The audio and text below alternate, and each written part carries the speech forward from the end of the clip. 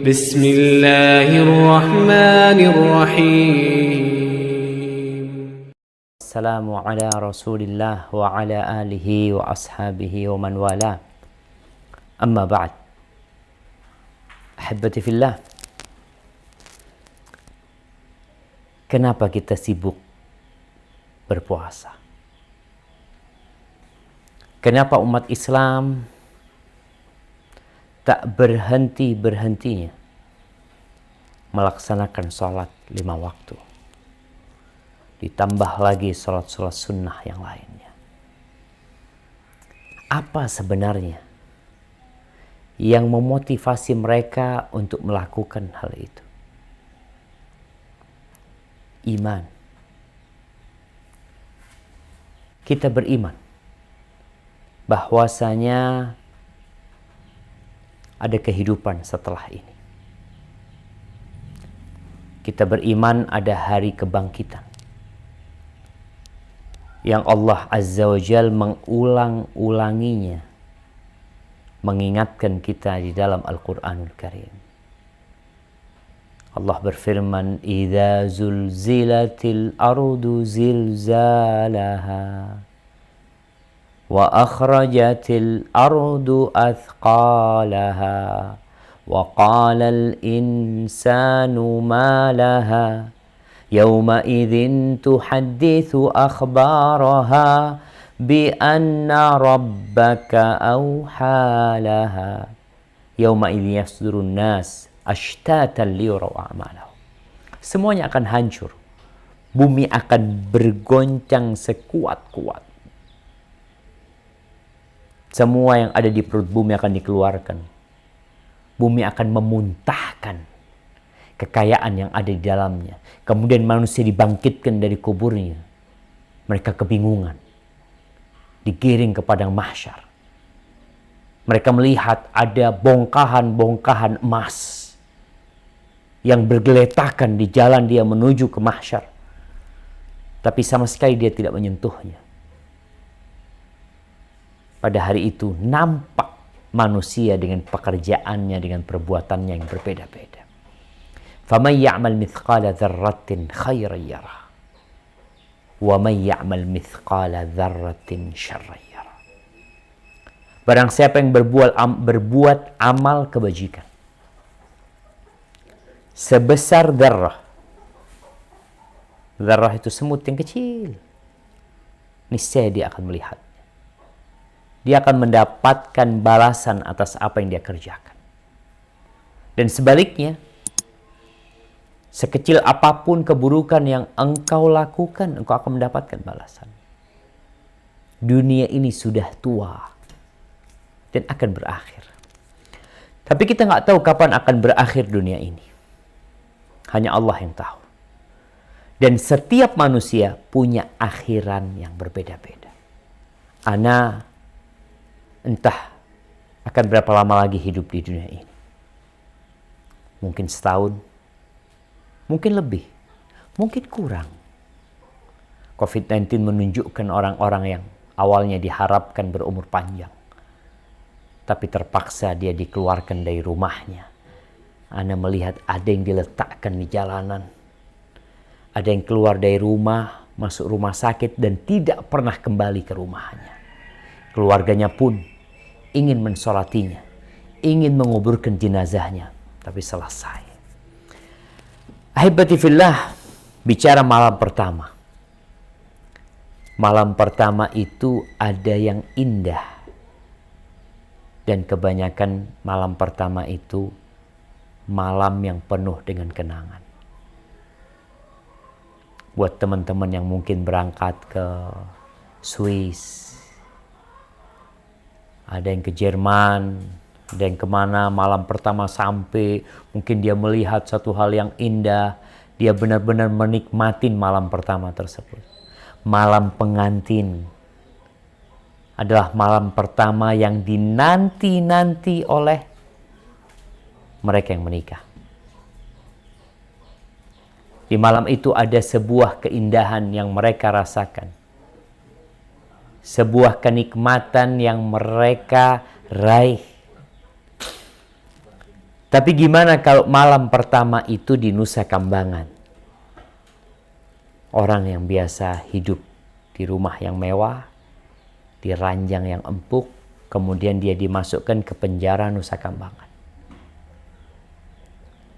Atau penjara Guantanamo. Apa yang akan terjadi sama dia? Dia akan lupa dengan segala kenikmatan yang pernah dia rasakan.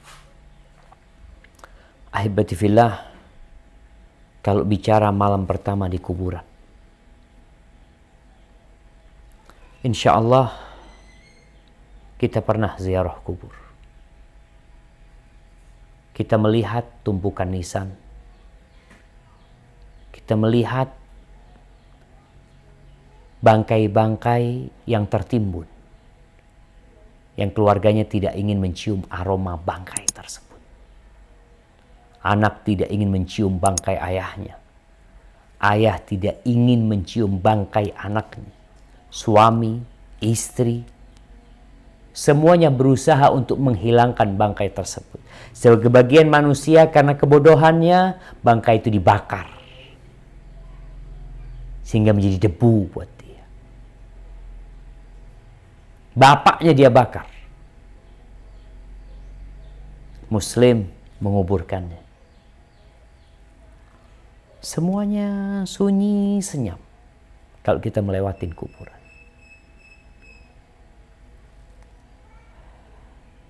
Seorang alim ulama, Ubaid bin Umair,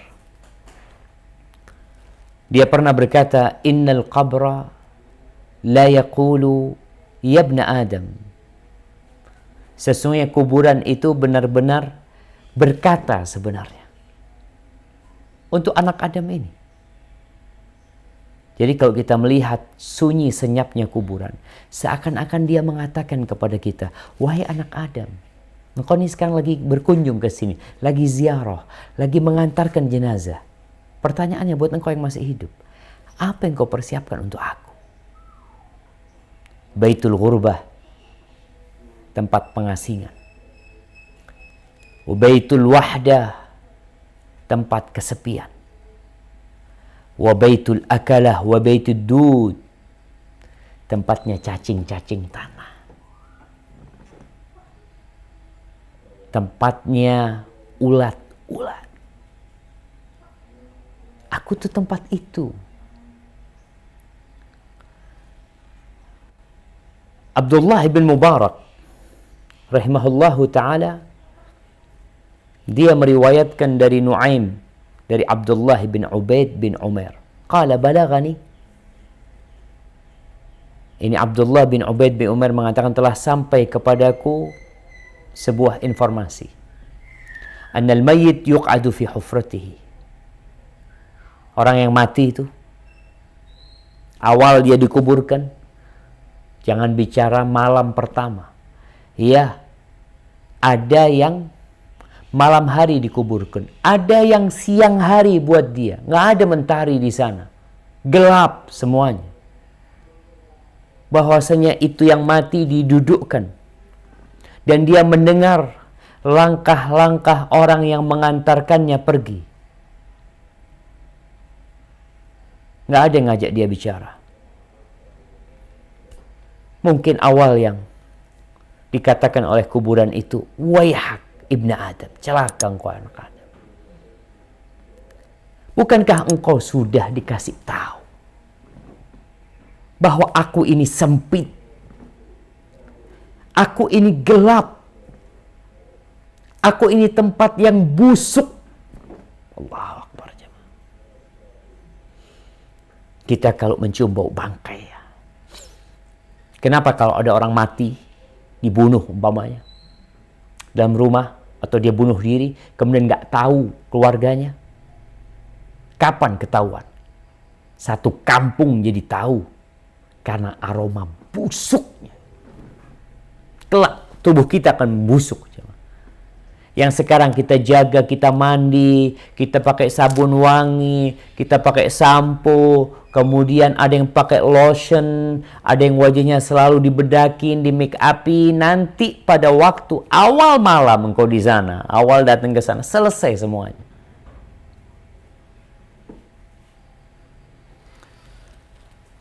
Ahibati fillah, kalau bicara gambaran dari dalam kuburan itu sendiri,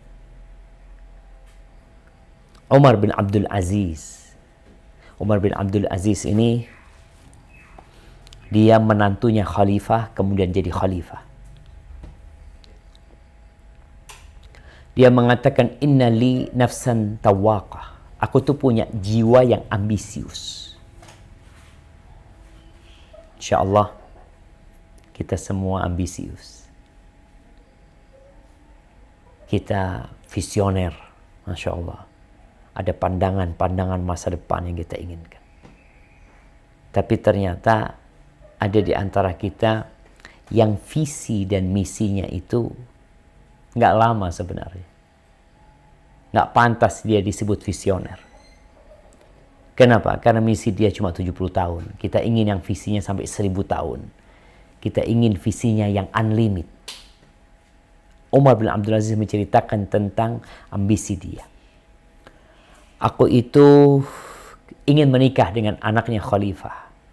Akhirnya dia menikah dengan anaknya khalifah. Aku tuh berambisi ingin menjadi gubernur. Dan aku dapatkan jadi gubernur Madinah. Kemudian namanya ambisi. Aku berambisi untuk jadi khalifah. Dan aku jadi khalifah.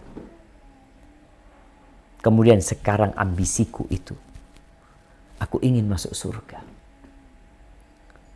Jadi Umar bin Abdul Aziz, subhanallah, kalau kita melihat bagaimana dia ketika dia menjadi gubernur, ada perbedaan ketika dia menjadi khalifah.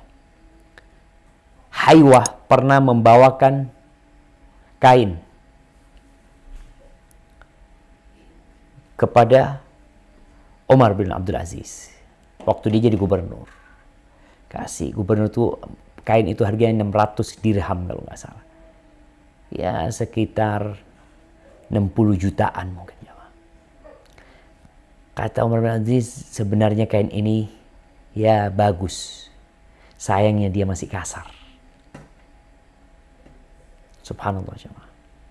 Harga 600 dirham masih kasar sama dia. Seperti apa kain 60 juta lembutnya seperti apa. Ketika dia menjadi khalifah, didatangkan kain lagi, tapi hidup dia sudah berubah. Sama Haywah ini. Bawa dia tuh kain. Harganya mungkin beberapa dirham. Nggak sampai puluhan dirham. Dipegang sama Umar bin Abdul Aziz. Kain ini sebenarnya bagus, tapi dia terlalu lembut. Yang dulu 600, yang sekarang mungkin 6 dirham. Maka heran Haywah, kenapa engkau seperti itu? Perubahanmu begitu signifikan. Kata dia, iya. Apa yang mau dicari di dunia ini? Semuanya akan berakhir. Sekarang aku berharap masuk surga. Ini Umar bin Abdul Aziz. Ketika dia menjadi khalifah, banyak pesan-pesan indah. Dia berkata kepada teman-teman duduk dia. Dia namanya khalifah, duduknya sama siapa? Sama pejabat-pejabat negara, sama orang-orang penting. Apa katanya Umar bin Abdul Aziz? Ya fulan, wahai fulan, laqad bittu al-laylah atafakkaru fil qabri wa sakinik. Aku semalam itu merenungkan kuburan dan orang yang tinggal di kuburan sana. Innaka la ra'aital mayit ba'da 3 fil qabr.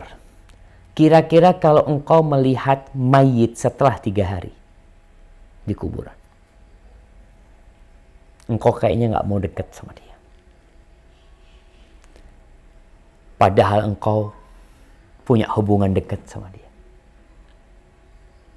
Engkau akan melihat tempat yang penuh dengan binatang-binatang tanah.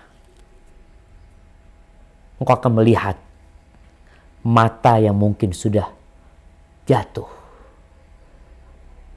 Ada nanah dan darah, aroma yang begitu busuk. Setelah keindahan selama ini, setelah bau yang wangi,